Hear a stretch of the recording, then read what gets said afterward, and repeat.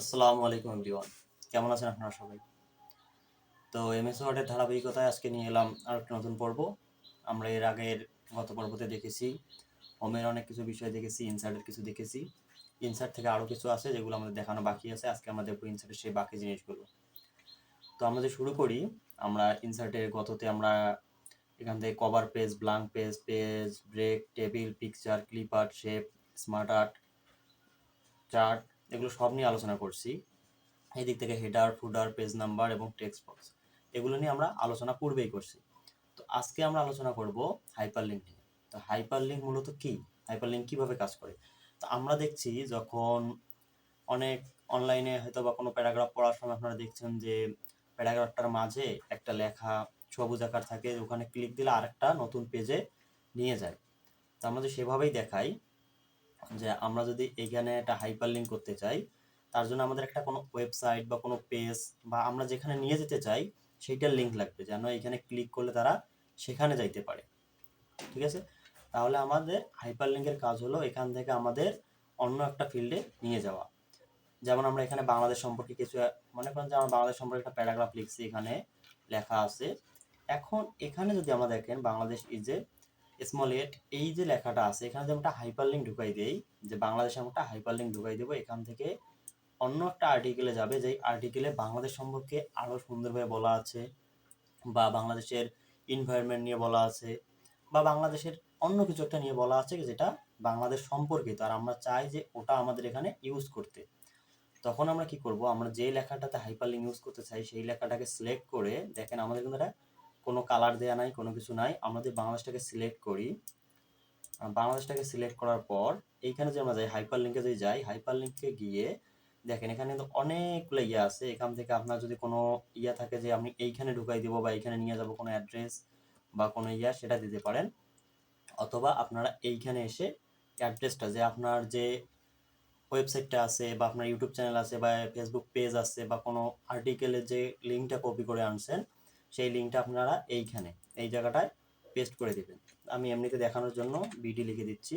দেখেন এটা দিলে এই যে আমাদের লেখাটা কিন্তু চেঞ্জ হয়ে গেল, এখন এটা হাইপার লিঙ্ক হয়ে গেছে। এখন যখন আমরা এটা ক্লিয়ার করে দিব, তখন আমাদের এইখানে ক্লিক করলে দেখেন, আমাদের এখানে ক্লিক করি তাহলে কোথায় যাচ্ছে, C user S M Milan Shikdar desktop HD click to follow link, মানে এইখানে আমরা যদি ফলো দিয়ে ক্লিক করি তাহলে লিঙ্কটাকে ফলো করবে। এটা কোথায় ফলো করবে, ওই ডেসক্রিপশনে ফলো করবে। মানে আমরা যে অনলাইনে যেটা হাইপার লিঙ্কটা করে থাকি ওটা যায় কি একটা থেকে আরেকটাতে যায়। আর এটা করতেছি দেখেন, আমাদের যে পার্টিকুলার একটা পার্টিশন করা আছে, যে এই পার্টিশনে আমাদের একটা ফাইল আছে বা ফোল্ডার আছে, এটা কিন্তু সেইখানে নিয়ে যাবে। আচ্ছা, তাহলে গেল এটা হাইপার লিঙ্কের কাজ। এখন দেখেন এই যে ওয়ার্ড আর্ট, ওয়ার্ড আর্ট এর আগেও দেখছি, হোম ট্যাবে আমরা হয়তো বা দেখছি ওয়ার্ড আর্ট নিয়ে। এখানে আমরা অল্প কিছু ইয়ে দেখছি, যেটাকে বলা হয় ওয়ার্ড আর্ট, এখানে আমরা অল্প কিছু দেখছি। এখন যদি আমরা একই ওয়ার্ড আর্ট আমরা ইনসার্টে দেখতে যাই, এখানে দেখেন প্রায় সেম না, ওখানে আমরা যেমন দেখছিলাম এখানেও তেমন আছে।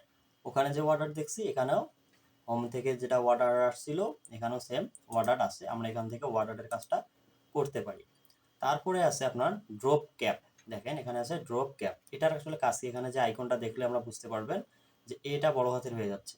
তাহলে আমরা যদি দেখেন বাংলাদেশটাকে সিলেক্ট করি, পুরো লাইনটাকে যদি সিলেক্ট করি, কেটে যদি এটাকে আমরা ক্লিক করে দেই, এখান থেকে আমরা কোনটা দিব, দেখেন এখানে একটা আছে কয়টা, তিনটা লাইন নিয়ে প্রথমটা বড় হাতের হবে, তারপরটা যদি দেই ওই যে আপনার প্যারাগ্রাফটা আছে ওইখানে সবচেয়ে বড়টা হবে, তারপরে যদি দেই এখানে যে আমরা আরো অপশন দেখতে চাই, এখানে আরো অপশন আছে, এখান থেকে আমরা যে কোনো অপশন সিলেক্ট করতে পারবো। এখানে আমরা যদি নিজে থেকে বসাইতে চাই যে আমরা এটা না, আমরা এখান থেকে দিব, দেখেন আমাদের ড্রপটাকে করে এখানে যেমন আছে 3 লাইন, আমরা এখান থেকে দিয়ে দেবো 2 লাইন, 2 লাইন দিয়ে ওকে করে দিই, তাহলে দেখেন 2 লাইন নিয়ে বসবে। যদি 3 লাইন দিয়ে দিতে চাই তাহলে 3 লাইন নিয়ে বসবে। আমরা চাই যে এই পুরো প্রথম প্যারাগ্রাফটা যেটা আছে প্যারাটা পুরোটাতেই আমাদের এই প্রথম অক্ষরটা বড় হবে, তাহলে আমরা সেটাও করতে পারবো। তাহলে এইভাবে যদি আমরা করি সেটা করতে পারবো, অথবা আমরা ডাইরেক্ট এখানে ক্লিক করেও করতে পারবো।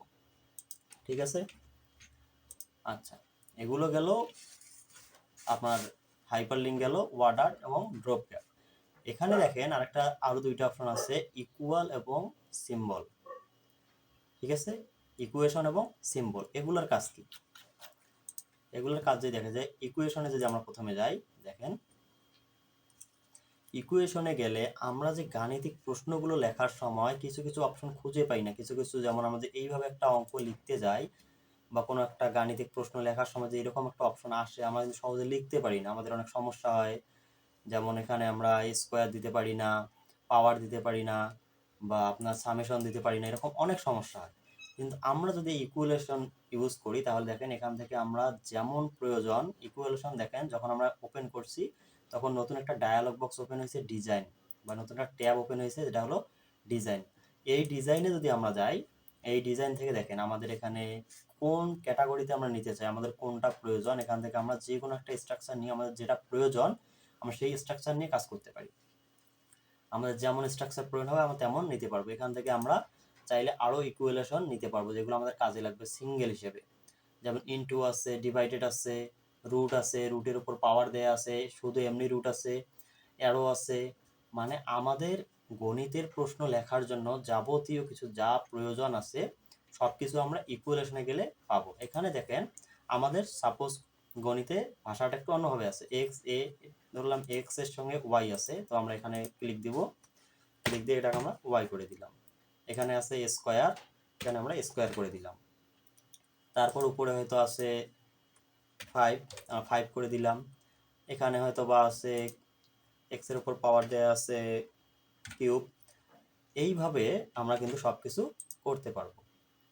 এইভাবে যদি আমরা করি তাহলে আমরা এখান থেকে যদি আরেকটা নেই, এখান থেকে যদি আমরা যে এটা প্রয়োজন এটা নিতে চাই, এটা আমরা এখানে প্রয়োজন হবে। যেমন দেখেন আমি আবার দেখাই যে এই লেখাটা আমরা এভাবে নিছি, এখন নেওয়ার পরে আমাদের এইখানে আরেকটা প্রয়োজন অন্য স্টাইল। যদি আমরা শেষের দিকে দেখাই বা প্রথমে এখানে দেখাই যে আমাদের এখান থেকে প্রয়োজন কি একটা অন্য স্টাইল, এখান থেকে আমাদের কোনটা প্রয়োজন আমরা এখানে যে ক্লিক দেই, দেখেন এখান থেকে কোনো কিছু প্রয়োজন হলে আমরা সেটা নিতে পারবো।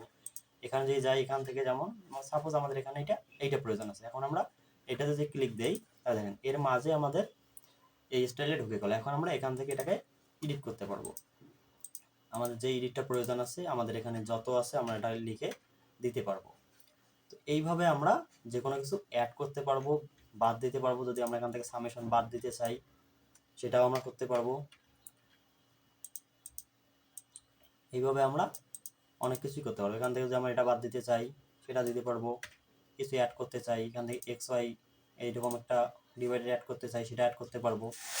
তো এইভাবে আমরা ইকুয়েশনের অনেকগুলো কাজ এখান থেকে আমরা করতে পারবো।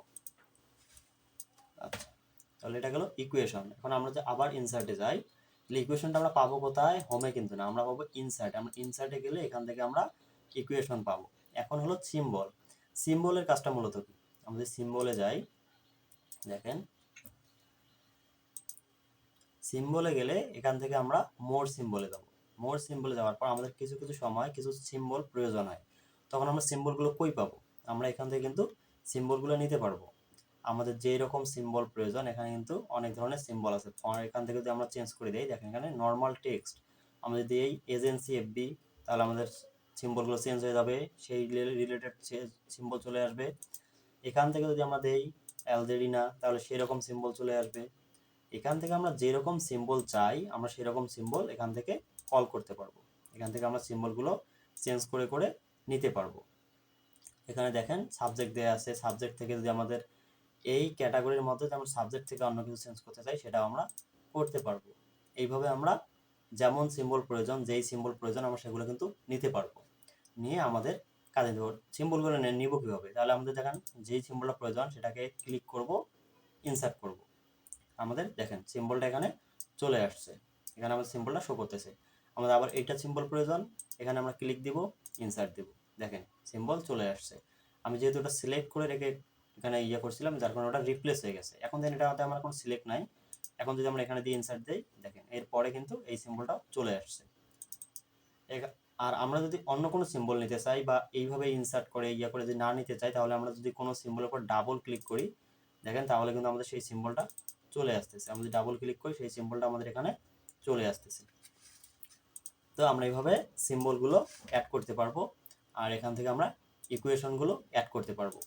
এখান থেকে আমরা অর্ডার নিতে পারবো, এখান থেকে ড্রপ ক্যাপ করতে পারবো, এখান থেকে হাইপারলিঙ্ক করতে পারবো। তো এইভাবে আমরা চাইলে কাজগুলো করতে পারি। তো ইনসার্ট আজকে মোটামুটি শেষ।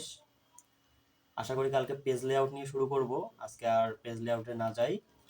সবাই ভালো থাকবেন, সুস্থ থাকবেন, আমার জন্য দোয়া করবেন। সাবস্ক্রাইব না করলে অবশ্যই সাবস্ক্রাইব করে পাশে থাকবেন, লাইক কমেন্ট করবেন, শেয়ার করবেন এবং এই ফেসবুক থেকে হলে পেজটিকে অবশ্যই ফলো দিয়ে পাশে থাকবেন। ধন্যবাদ।